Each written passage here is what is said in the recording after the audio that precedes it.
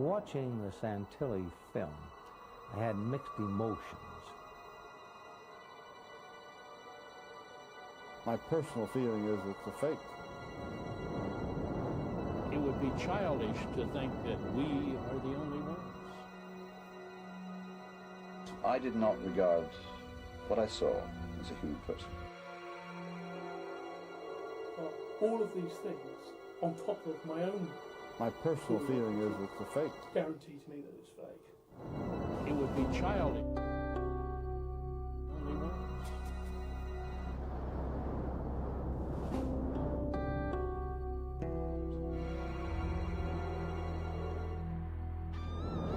On top of my own.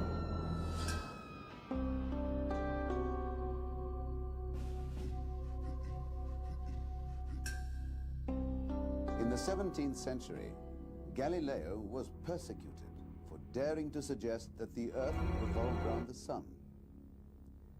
In the 19th century, Darwin was ridiculed for his assertion that man derived from the apes. And Columbus was certain to fall off the edge of the world. Sergeant First Class Clifford E. Stone was dismissed from the army, humiliated, and subjected to mental scrutiny in an asylum. Why? Because of his interest and belief in UFOs. He was later reinstated and awarded his country's highest peacetime military decoration. He revealed to us for the first time how and when he saw high-ranking US military personnel viewing the autopsy footage in 1969. The footage that I saw in '69 is like the film footage that I saw of the autopsy.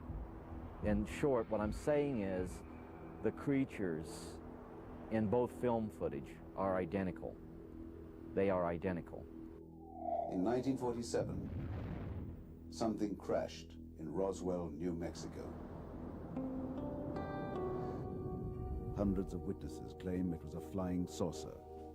In fact, the US Army Air Force put out a press release which confirmed that story and later denied it. Within a minute or two comes the flash sound on the newswire. Bing, bing, bing, bing, bing. Headline edition, July 8, 1947. The Army Air Forces has announced that a flying disc has been found and is now in the possession of the Army. Army officers say the missile, found sometime last week, has been inspected at Roswell, New Mexico, and sent to Wright Field, Ohio, for further inspection. When Ray Santilli first screened the alleged Roswell autopsy, he had no idea the impact this would have the world over. After dozens of documentaries and hundreds of news articles, all conclusions are based on speculation and suspicion. We will re-interview the key witnesses and experts. We will challenge the preconceptions and hastily arrived at conclusions. We will prove the film is not a special effect, that the creature in the autopsy is not human. Enlisted pilots are forbidden to admit to seeing UFOs. Jack Eckel has been a top military fighter pilot for over 20 years. We caught up with him at the Roswell Air Show. In about 5 or 10 minutes, I'm going to race the jet-powered car that can go from 0 to 300 miles an hour in about 4 seconds. Oh, really? It's going to be an interesting race. Are you going to win? Oh, well, hopefully we'll tie.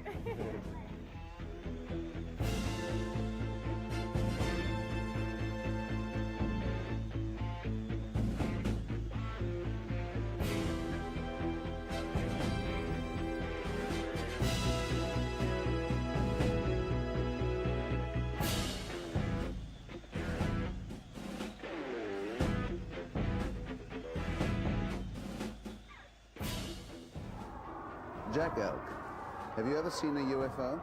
I've been flying for 35 years. I'm 49 years old and I started flying when I was 15, and I've flown all over the world, flown for 26 years high-performance jet aircraft in the military, and I have never seen a UFO, and I've never talked to any pilot that has.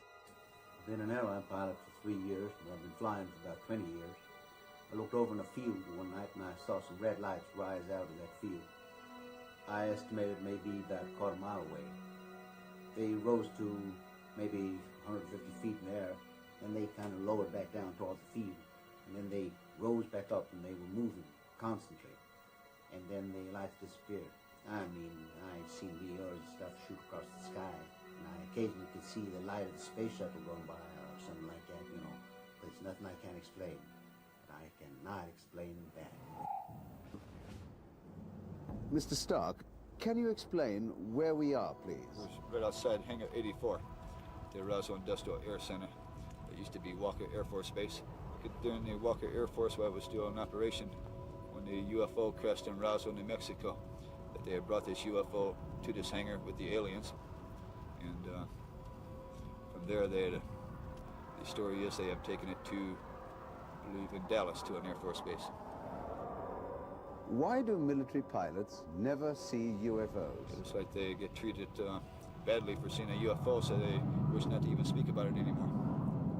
And so I'm sure it was much easier on them if they just keep it to their own self. What is the attitude of the local military towards the 1947 Roswell crash? They were not allowed to speak about it, and others would just walk away.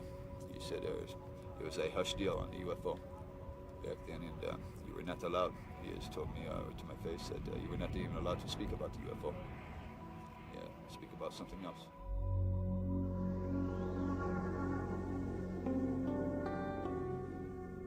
Channel 4's recent documentary, Incident at Roswell, featured Dr. Ian West, head of forensic pathology at the world-renowned Guy's Hospital in London. There's just no evidence to say this is definitely nothing on the film which makes me say this is definitely a hoax. My feeling is that probably about 98% feeling is that this is probably a man-made hoax. Why 98%? I put it to Dr. West. You did not find fault with the autopsy as such, procedures and so on? No. What I said was I couldn't say that a doctor didn't do that or carry out those procedures. Right. You were confident about the conduct of the surgical methods used, for example? They didn't look as though they were techniques that were being employed by a doctor. One might see this sort of technique applied by somebody who's not a pathologist. Or you may, a surgeon. You said that you were 98% sure it was manufactured. Yes. But 2% you allowed for that you might be wrong. Yes, simply because I was dealing with such poor quality material with a section of something. And frankly, 2% was probably being very generous. Now, if given that 2% that you may have been wrong, you would have been 100% wrong, would you not? No, I make an estimate based on the probability of this being anything other than a hoax. Given a professional skepticism as to the medically unknown? Given a degree of skepticism, but given a knowledge of how tissues are supposed to behave. Human tissues or animal tissues? Yes. I'll tell you what I'm coming to. The question of creating this model is something that is being taken very seriously by the company. And a special effects department, world famous, is being provided with a budget as required in order to fabricate this. That's right. Now, if it turns out to be impossible, I would be very surprised. Well, that's another expertise with respect. Indeed, but I would be extremely surprised. Yes, if he says, I can't do it. We're talking about the film or the model? Everything, the film, including the model. Yes, we've got two aspects to it. Everything, nothing left out. Nothing left Somebody out. comes up and says it's impossible, it would be interesting. The expert, one of the experts, if you said that is a human being, we'd have a real fight in our hands with you and the other experts, wouldn't we? You accept that, Well, there's nothing on that film which makes me think that that was human. Exactly. So you'd have if somebody said, oh yes, that's a human being, you'd say, I'd like to see your evidence for that, wouldn't you? Yes, because there are lots of points against it. So if this expert can't make this film, the model, everything to do with it, he can't do it in 1995, I think you'd be able to say confidently, I don't know what that was being dissected. It would then be a case of it is or it isn't. It's a 50-50 question. if it can't be faked, is it genuine? If it's genuine, I don't know what that is. If it can't be faked, then I don't know what it is, based on the evidence I have. So your 98% feeling that it was fake would perhaps change to a 50-50, would it not? It either is or it isn't, is it? Would it be 50-50? If one is left with the technical experts saying, I don't know how to do this. I can't make the film up to make it look as though it's this age. I can't replicate the developing chemicals, etc., etc., Yes. etc., despite having an unlimited budget. Yes. Then I would be left with saying, I have no idea what it is. My impression is that those films are genuine, that they are not to create a hoax. And anyone who says it's a hoax, I challenge them right now. Go ahead and recreate it. There's certain special effects that they would have to do that what I believe are cream of the crop of the people in the field of special effects say they cannot replicate those. If this is truly the case, then we have something very unique there. Also appearing on Incident at Roswell was Bob Keane, a leading special effects expert working out of Pinewood Studios. We asked him if he could replicate the film. Do you think you'd be able to replicate this exactly? Yes, without any doubt at all. What do you think your problems will be? I think it's going to be a little bit of problems of matching, but I don't think that's a major problem. Matching? Matching the exact the sculpt, for example, will have to be matched. What sort of support staff do you think you'd need in terms of costume, manufacture, props? There are elements of all of those things in there as well. I mean, we're going to have to match that whole set and all of those costumes and everything else. A lot of that stuff, it's just going to be a buying trip.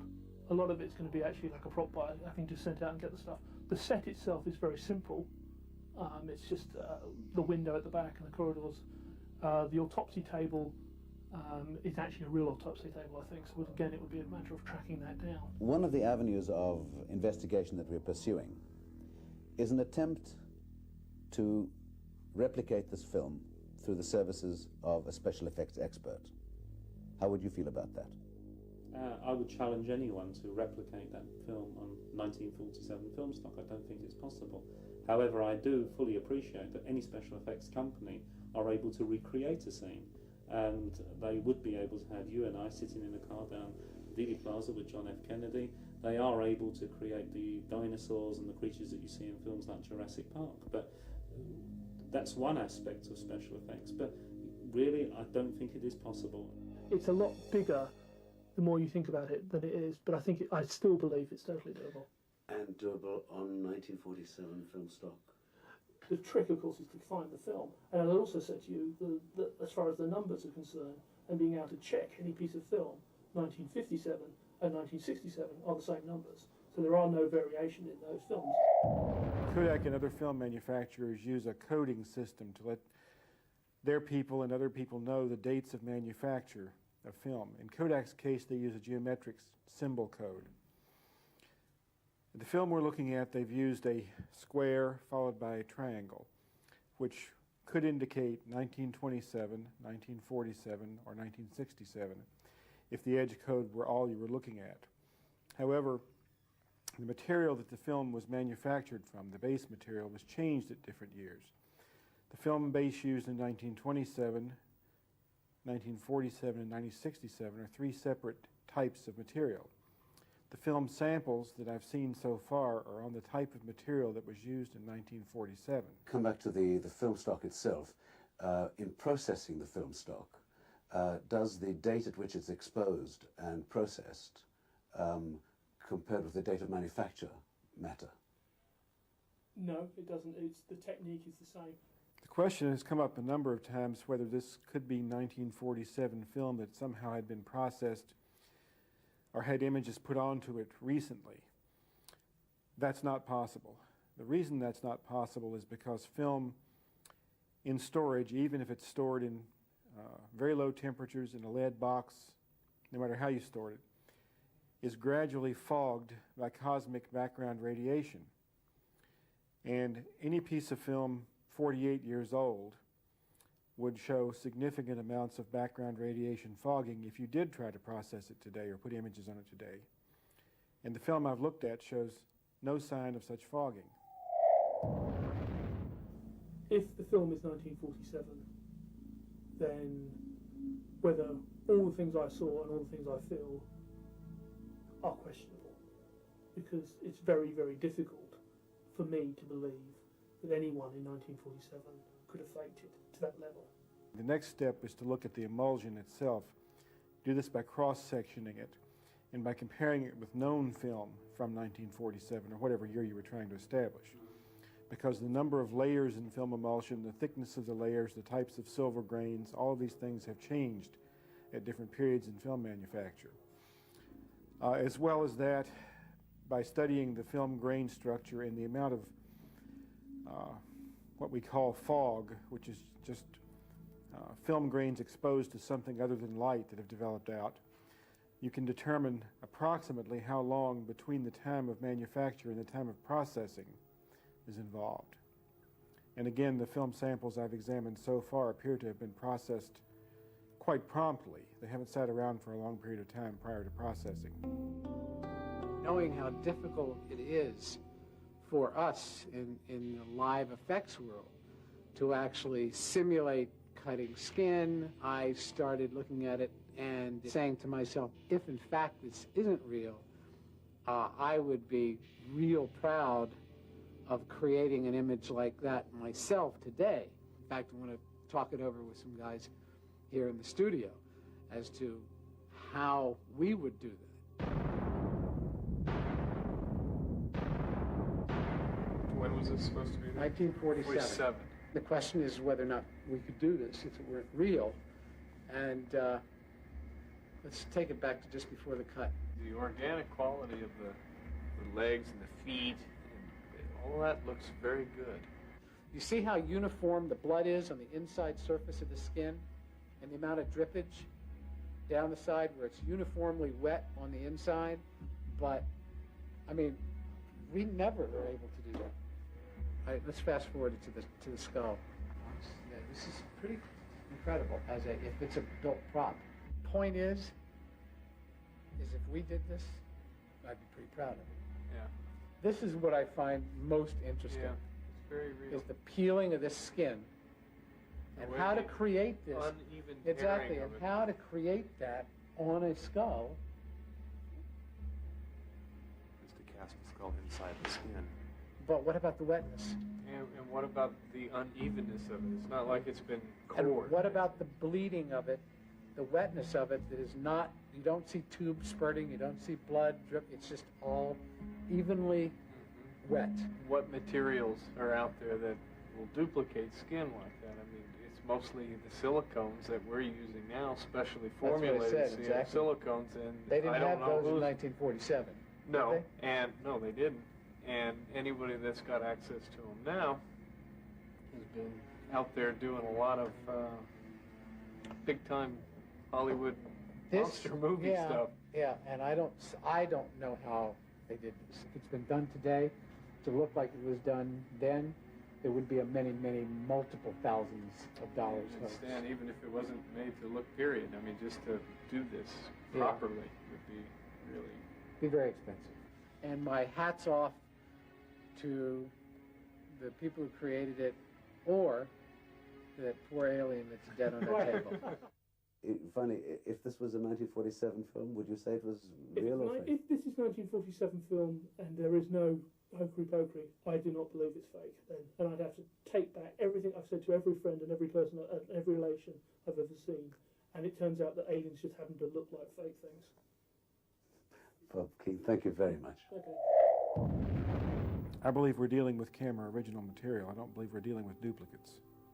The reason I believe that is because it appears to be Kodak Super XX film, which was intended to be reversal processed. And it appears in this case it was reversal processed.